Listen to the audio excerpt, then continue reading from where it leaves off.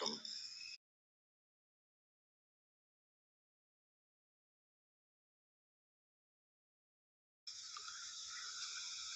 இங்க உட்கார்ந்து இருக்கக்கூடிய உங்க மனசுல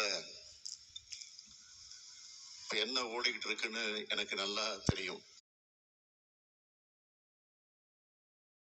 தலைவரும் சும்மா இருக்க மாட்டாரு, நம்மையும் சும்மா இருக்க விட மாட்டேங்கிறாரு. என் நினைப்புலதான் உட்கார்ந்து இருக்கிறீங்க. சுடங்கி சும்மா இருந்துட்டா நம்ம ஒரே இடத்துல தேங்கிடுவோம். அது தேக்கம். உழைப்பை கொடுத்து லட்சியத்தை நோக்கி ஏங்கிக்கிட்டே இருக்கணும். அதுதான் இயக்கம்.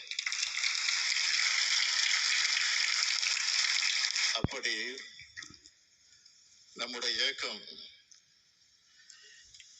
என்னாலும் தொடர்ந்து இயங்கிக் கொண்டே இருப்பதற்கு